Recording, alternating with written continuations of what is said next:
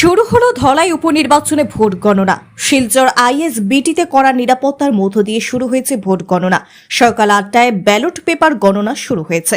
কাছাড়ের জেলা আয়ুক্ত মৃদুল যাদব, পুলিশ সুপার নোমাল মাহাতো সহ অন্যান্য আধিকারিকরা উপস্থিত রয়েছেন গণনা কেন্দ্রে।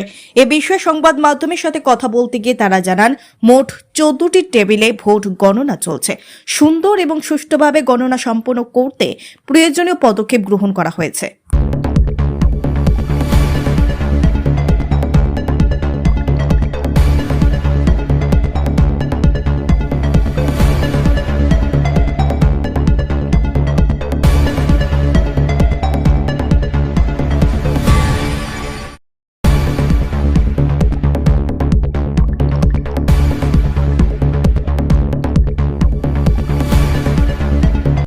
শুরু হলো ধলাই উপনির্বাচনে ভোট গণনা। শিলচর আইএসবিটিতে করা নিরাপত্তার মধ্য দিয়ে শুরু হয়েছে ভোট গণনা।